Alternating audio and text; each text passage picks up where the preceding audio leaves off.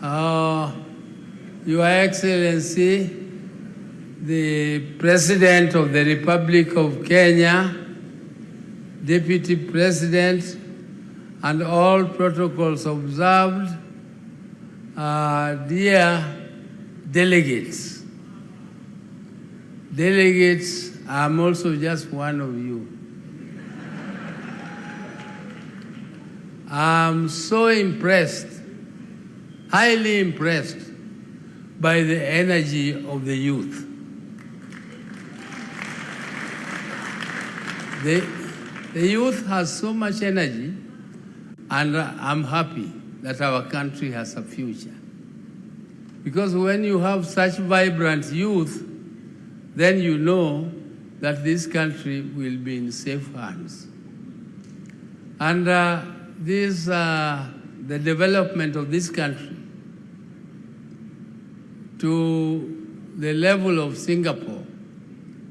Ladies and gentlemen, my late brother used to worry the president, and he used to worry us in the party when we were drafting our own manifestos, that how can we, if at independence in 1963-64, Singapore was exactly at the same level of development as Kenya.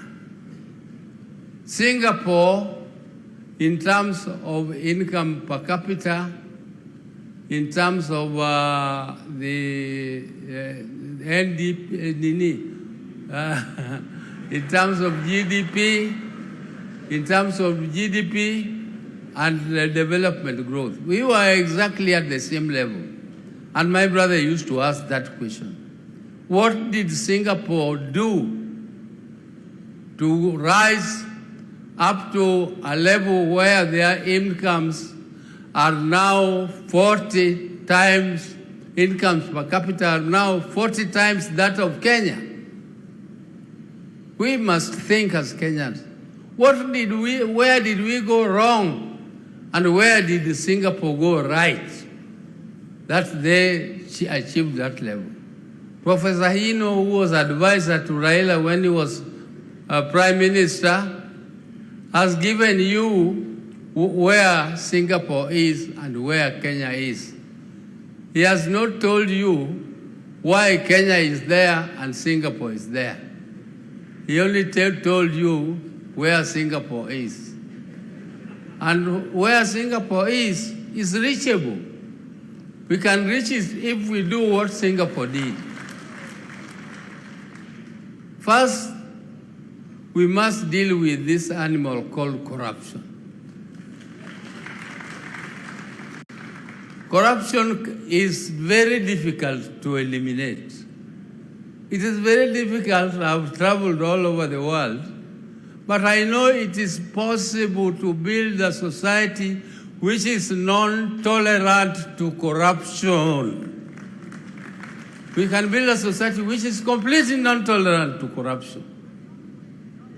We need also to reduce government wastage. Wastage in government. We need to tighten our belts, those who are in government.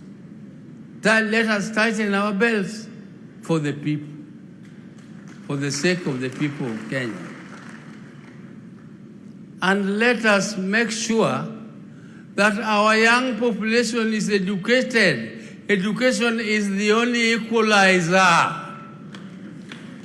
And there is no shortcut to education. You have to educate young people who are trained in technical subjects so that you can attract investment. Government can only do infrastructure. Government cannot do development. Development is for the private sector. Government can only participate a little here and there. But for you to attract the private sector, you need to educate the young people. You are not going to import labor from elsewhere. The labor must come from us here. We have to get employment, and the employment is creatable. We can create it only if we educate our young people, and we also need to invest in research.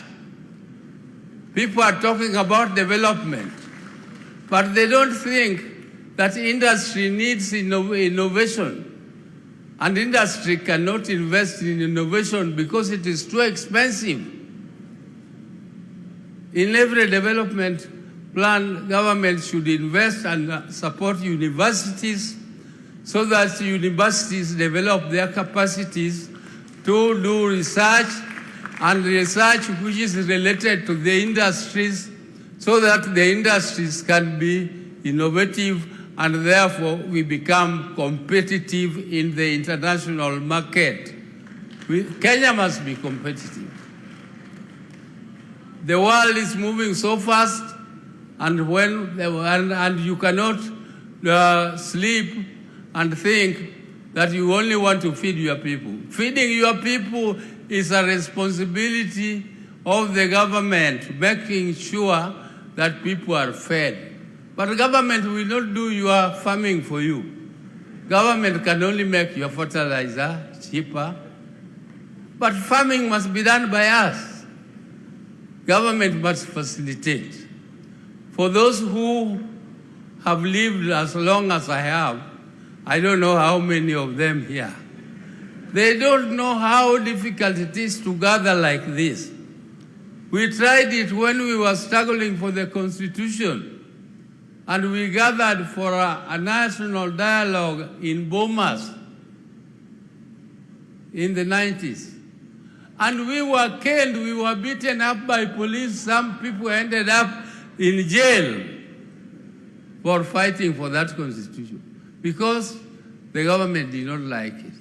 When the second bombers came under President Kibaki, the government was very supportive of the process. The government supported the process. But during the end, when the government realized that some of the ideas which are coming out of national dialogue is not favorable, the government decided to scuttle it. And therefore, that national dialogue came up to nothing. That Bomas draft is still there, lying in the shelves, and it was produced by Kenyans. So when you have a supportive president who has paid, who is ready to pay for this forum to continue, those of our colleagues who are missing here are missing an opportunity. And an opportunity comes only but once, it never comes again. If you miss it, you will never find it again. Because you will not find another President Ruto. Maybe another president comes with some other ideas and we will not like the ideas. I like the experts here. They are very good. They are very, very good. But you can be so good if you don't have a supportive president. You can have good ideas, but they will lie in the shelves for good. So take this opportunity and make your ideas catapult into fruition, and let us make sure that this forum comes out with a good vision which will guide Kenya up to 2060. Some of us will not be there. But we are so happy that Kenyans are thinking about it, and I'm so happy. Thank you very much. And I want to thank you. Power is there, and power is supporting you. Asante sana.